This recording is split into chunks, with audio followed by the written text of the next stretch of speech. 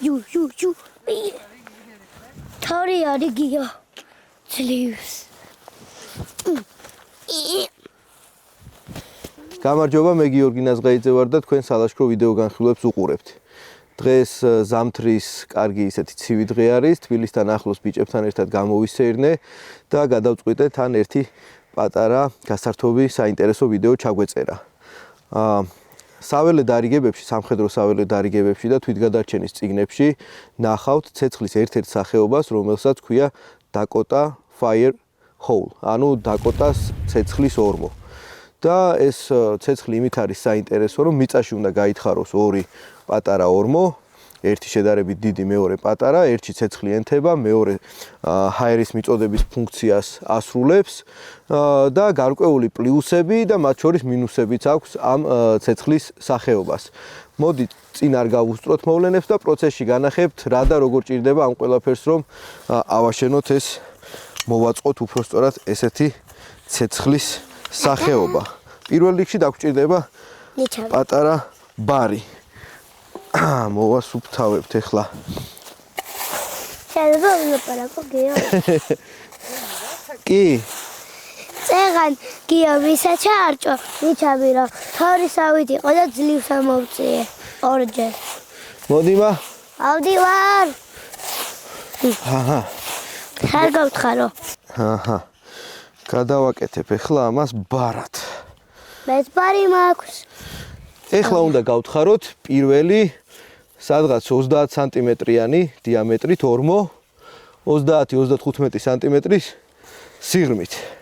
ოღონდ ნახე, ზედა ფენა ისე უნდა ამოვიღოთ, რომ არ დაგვეშალოს.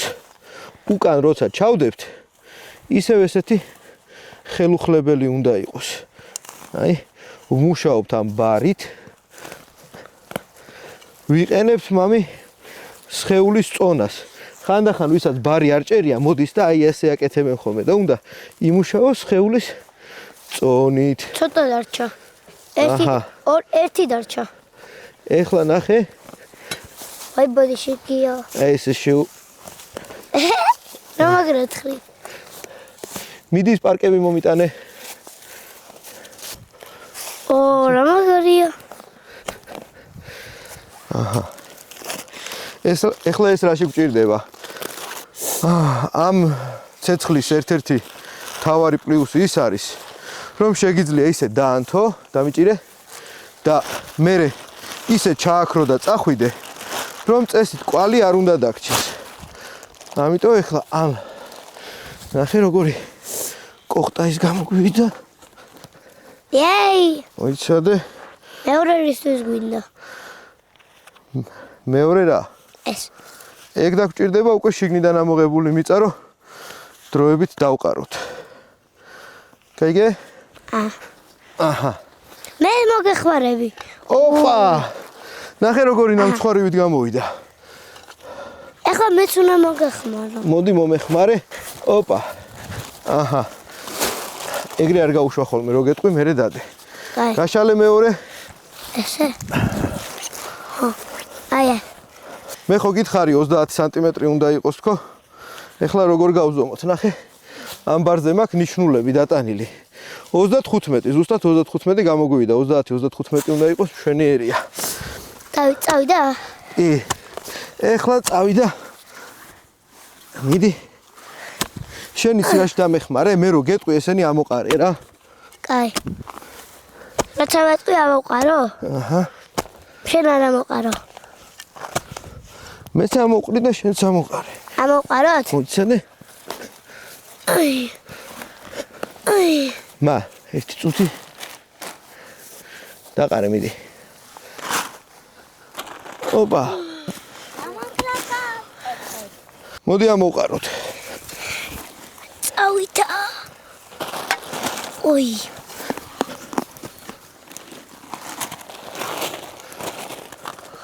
გიო, აქ რატო გაქვს ნიშნულები ამ ბარზე?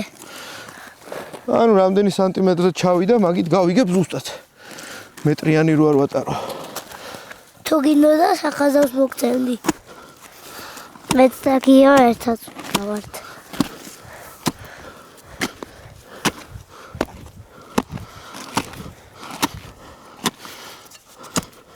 კაი დამღლელი ვარჯიშია.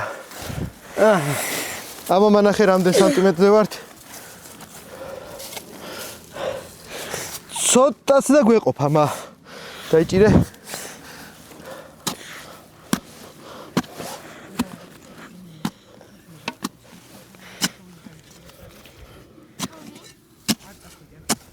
მეორე რამდენი სანტიმეტრი უნდა იყოს?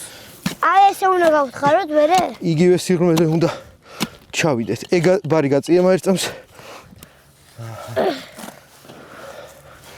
მიდი. ჰოპა. 30-მდე უნდა გქონდეს ხო? ამანახე. კი. 35-ზე ვართ. მეტი აღარ გვინდა. მოიცადე. აწიე. მიდი. მოიცადე. რა? ცოტაც. აჰა, ეგ არის. დაუშვი. ეხლა იცი რა მინდა, მამა? ქვემოთ ეს ცოტა დავტკეპნო. მე დავტკეპნო. ისა? მეცადე? ამერე მე ვარ. აჰა.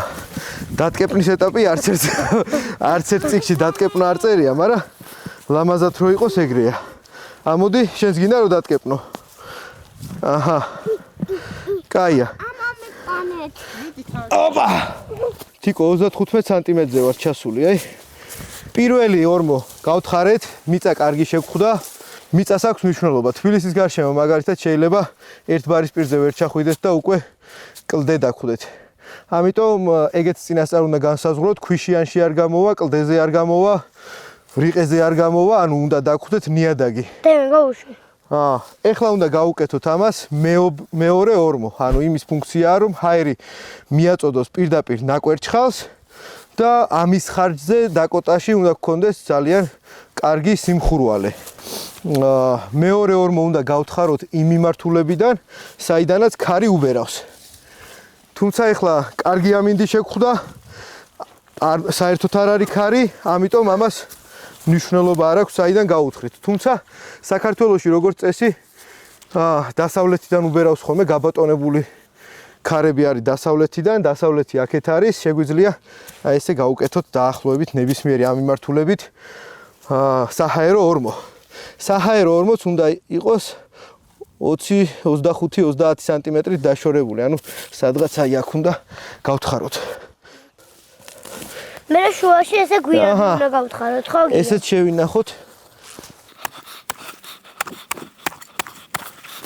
გია, მე მგონი ერთი ზომისაა, ორივე ორმო. არა, ეს ცოტა გრძელი და ვიწრო იქნება. ნახე, მე მგონი აქაც კლდესთან ვივედით. იქნებ განზია. ეხლა უნდა გავთხაროთ ამათ შორის საჰაერო. გია, მაგეხმარო? მიდი მომეხმარე. როგორ?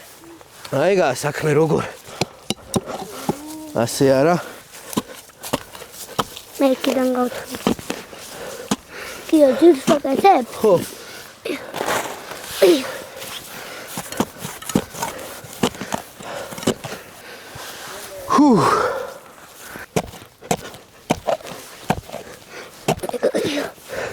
მე მგონი გვირაბის გათხრა უფრო ტვინიშამა. არ გამოჩენილა. ოი. ცოტა გამოჩნდა. ძალიან ცოტა გამოჩნდა. გამოჩნდა სიკო. გია, მიდი. მატრი!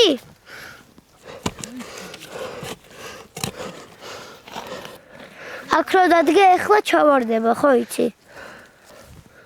გამარჯობა, გია. გამარჯობა. გამარჯობა, გია. გაიწედე მე. ერეკლეს მიეხმარე. გადი. ოპა.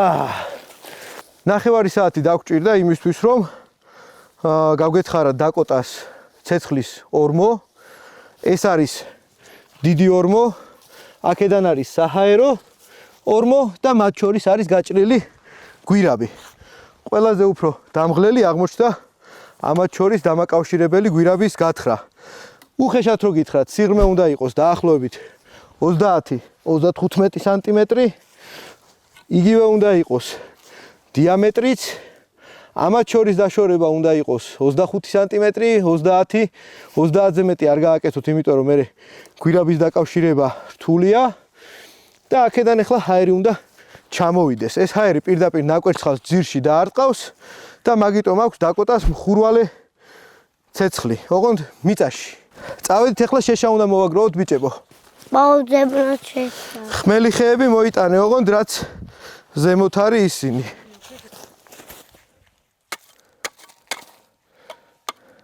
ამას ხედავ? აი აქ კანი რო აქ გამძვრალი. ეს ნიშნავს, რომ აი კონკრეტულად ეს ტოტი არის ხმელი და ყველაზე კარგი შეშა არის ზეხმელი ხეები, ანუ როდესაც ხე არ წაქცეულა, მაგრამ ხმელია. ესე იგი მიწისგანაც არ არის დანესტიანებული. ხედავ როგორი კაცუნით მოტყდა? აი ეს არის კარგი შეშა. მედლი არის წვანე. აი ამას კარი ძრება. შეხედა ერეკლე? და აჰა. ძალიან წვრილები გვინდა, ეს უბრალოდ ვიპოვე და მოვიტანე, გაიგე? ხო. ეხლა აი ამებს უნდა დავაძრო.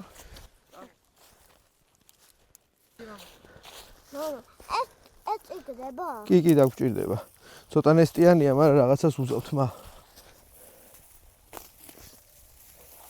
წამოვავთ სადოთ. ესე იგი, ცოტა შეშა მოვაგროვეთ, თოვლი მოდის და გარშემო ნესტიანია, ამიტომ რთული პირობები გვაქვს. თავიდან აჰა, მადლობა მამა. სველ მიწაზე რო არ კონდეს მას შეხება, თავიდან ჩაუფინოთ ეს ხეები.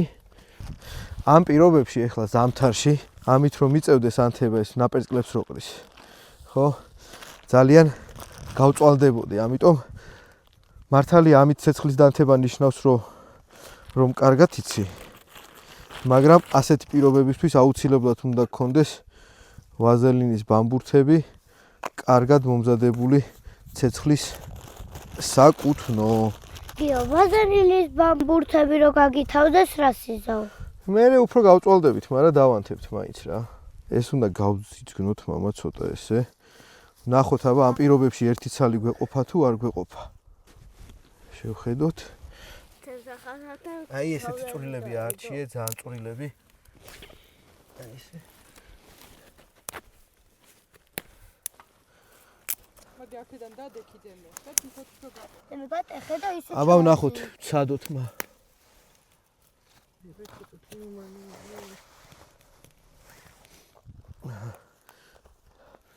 აბა ეს წვრილები ბიჭებო, წვრილები ზემოდან კვამლიც ის ნიშანია? ნესტიანია ჩვენი შეშა. რა კარგად დაენთო ჩვენი დაკოტა. ეხლა დიდი შეშები გვინდა.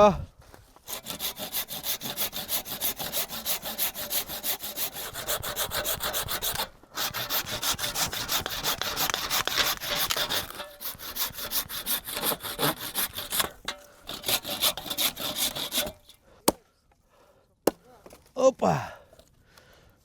აჰა. ამაზე კარგი ანტიდეპრესანტი არ არსებობს. ესე იგი, ცოტა ფიზიკური შრომა, ცოტა ბუნებაში ყოფნა, ბავშვებთან ერთად ყოფნა.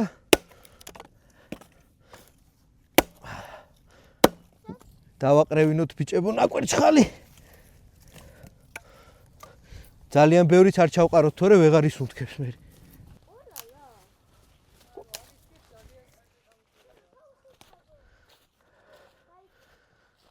უკვე კარგი ხანია დანთებულია. ნუ გათბობა თეორიულად შეიძლება, რა თქმა უნდა. მაგრამ ეხლა ამ ცეცხლის სითბოს დიდი ნაწილი ამ მიწაში იკარგება. გასათბობად დაკოტას ცეცხლი ნამდვილად საუკეთესო არ არის. რამდენჯერაც ესეთი ტიპის ცეცხლი დაგვინთია ლაშქრობაში, საბოლოო ჯამში იმდენჯერ მე იმ ხელა შეშები დაგვიყრია ზედ, რომ სტანდარტულ ცეცხლად გადაქცეულა. ასე რომ თუ კი ცივად და გათბობა გინდათ, ამ ცეცხლს ნუ გათხრით და ნუ დაანთებთ. თუმცა გათხრაში იმდენი ენერგია იხარჯება, რომ კი გაგახურებთ შრომა. შეშა გვათბობს ორჯერ. პირველად დამზადებისას, მეორეჯერ როცა ვწვავთ უკვე.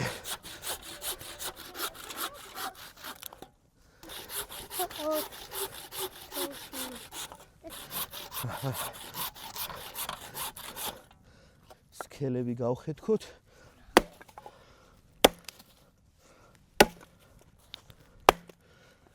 გაიწიეთ ბიჭებო, წინ არ დადგეთ, ცულის წინ არასდროს არ დადგეთ. არც გვერდზე უკან მოდით. გამოდი, აქეთ მოდი, უკან. აი ეგრე. აჰა. ამან შეიძლება აისხლიტოს მამა და ისე მოგხვდეს. ეს ცუდი გასახეთქი იქნება. არ მინდა ეხლა ამაზე წვალება. ცუდ კუნძებს ეძახდნენ საარყეებს. შეაგდებდი საარყეში და დაიწვებოდა თან საქმეს გააკეთებდა.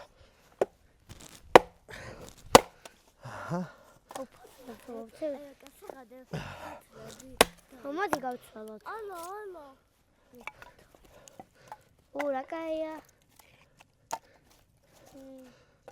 დაკოტას პლუსი ის არის, აი პლუსებსაც მივადექით. სტანდარტულ ცეცხლთან შედარებით ნაკლები შეშაჭირდება. რაც უფრო პატარა ღიობს გაუკეთებთ, მით ნაკლები შეშადაჭირდება. აქედან ესე ჩადის, აქ შუაში გვირაბია და ამოდის აქედან. გიო, ვინ მოიგო და დაკოტას ცეცხლი? კარგი კითხვა. დაკოტა ეგ იყო ადგილობრივი ხალხი ამერიკაში, რომლებიც ბიზონებზე ნადირობდნენ. დიდი მინდვრები იყო იქ და ამ მინდვრებზე ხო დიდი ბალახი იყო და ცოტა შეშა. თან მინდორს ცეცხლი არ უნდა წაკიდებოდა. ამიტომ მიწაში ანთებდნენ ამ ცეცხლს, ბალახს არ ეკიდებოდა ცეცხლი, ცოტა შეშით მუშაობდა და ქარსაც კარგად უძლებდა. ანუ იმ პირობებზე იყო გათვლილი ეს დაკოტას ცეცხლი. და გავუწევთ ორი დავიწყობი. რა ცეცხლია ნახე რა. ეხლა რაღაცას ფილოსოფოსობ. სახში რაც იყო სტეიკის ნაჭრები წამოვიღე და ამაზე სტეიკი როგორ შეიწვება კაცი შვილმა არ იცის, მაგრამ ცადოთ ჩვენი რა მიდის. თუ ხორცი მიდის. ძალიან შორს არის, არა მგონია რომ შეიწვას. ვა. ათი. ურა საგიზგიზდება ეხლა.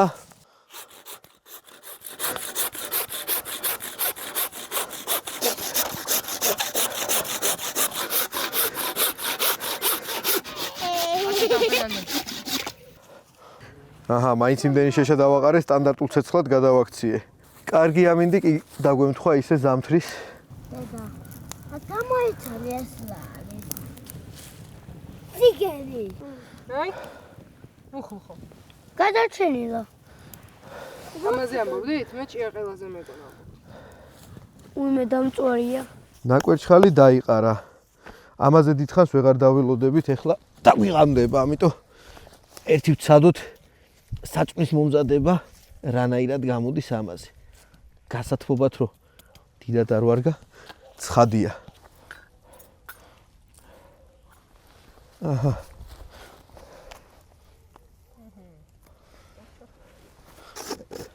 ნახოთ აბა ერთი რა გამოგვივა. ცოტა მოდერნიზება დაგჭირდა რომ ნაკვერჩხალთან ახლოს მიგვეტანა ხორცი და ხოჯობდა ამას ეხლა სტანდარტული ცეცხლი და სტანდარტული მწვადის შეწვა. რომ მოვიფიქრებთ ხოლმე ამ დაკოტას ცეცხლიო და სტეიკიო.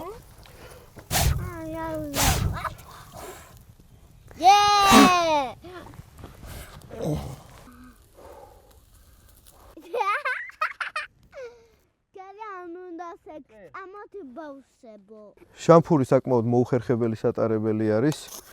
ამიტომ ესეთი ჩასადები მოუფიქრე.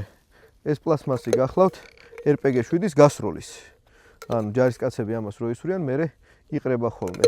ორი რეზინა თავში ბოლოში გამოკვანძული და დაახლოებით 10-12 შამფური ეტევა ისე რომ არაფერს მერე არ აზიანებს. ესე დამაქვს ხოლმე ეს შამფურები ჩემთან.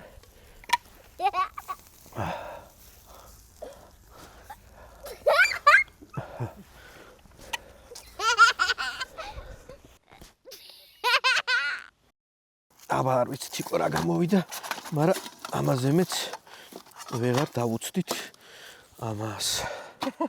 გაგიკეთებ. მე მგონი ჩვენი რა დამონტადება. ბოლოს შევწვით ისე. გამოვიდა. ანუ საჭმლის მომზადება და ჩაის ადუღება დაკოტაზე შეიძლება მოსახერხებელია. თუმცა მაინც სტანდარტულ ლაშქრობაში დაკოტას გამთხრელი მე არ ვარ. ესეთ გასართობად თუ წამოხვალ, კი ბატონო. გააკონტროლე ცეცხლის სად არის შენ სათხარ, კაი? ამასობაში ნენელა შემოგვაღამდა. ხორცი შევწვით, სხვათა შორის რომ არ მეგონა ნორმალურად შეიწვა ამ დაკოტას ცეცხლის ორმოში. სხვა მხრივ ახლა შევაჯამოთ.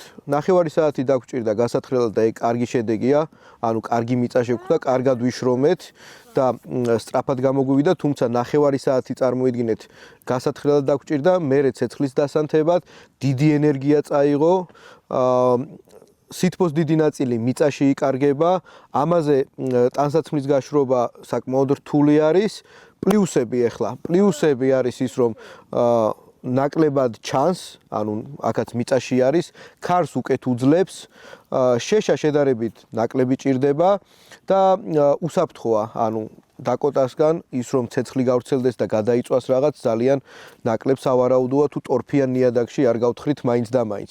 სტანდარტულ ლაშქრობებში არ ვიყენებ, ერთხელ 2010 წელს გავთხარეთ და იმის მერე ლაშქრობაში არ გამოგვიყენებია. უფრო მეტად ესე ბავშვები რო წამოიყვანო ოჯახთან ერთად, ერთი განსხვავებული დღე მოუწყო, გასართობად ღირს ამის გაკეთება.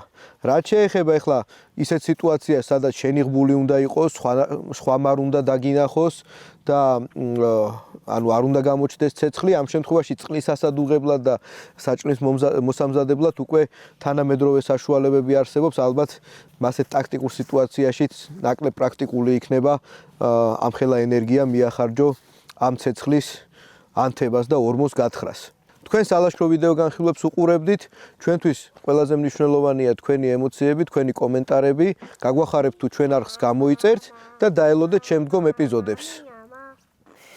კიდევ გვაქვს ესეთი ვიდეო, კოჯორი და თაწმიდი და როგორ ჩავედით კუს ტბაზე, ეგ ვიდეოები და ეგენიც ნახეთ და არხის გამოწერა არ დაგავიწყდეთ.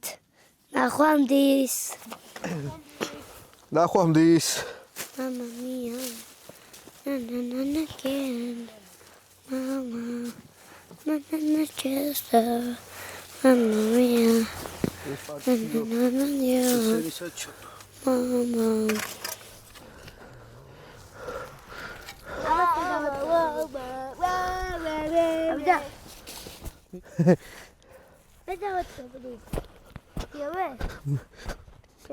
კი, მოიცა? ეხლა ნახე ბოლო შტრიხი. აი ესე მიაყარე, აი ფოთლები. აი ესე მარტივად და სრულფასოვნად ინიღბება ეს ცეცხლი. ეხლა ცოტა თოვლი წამოვა და კაციშვილი ვეღარ იტყვის რომ ვინმე ცეცხლი დაანთო, ანუ ყვალი არის აბსოლუტურად დაფარული. აბა, მომავალ შეხვედრამდე.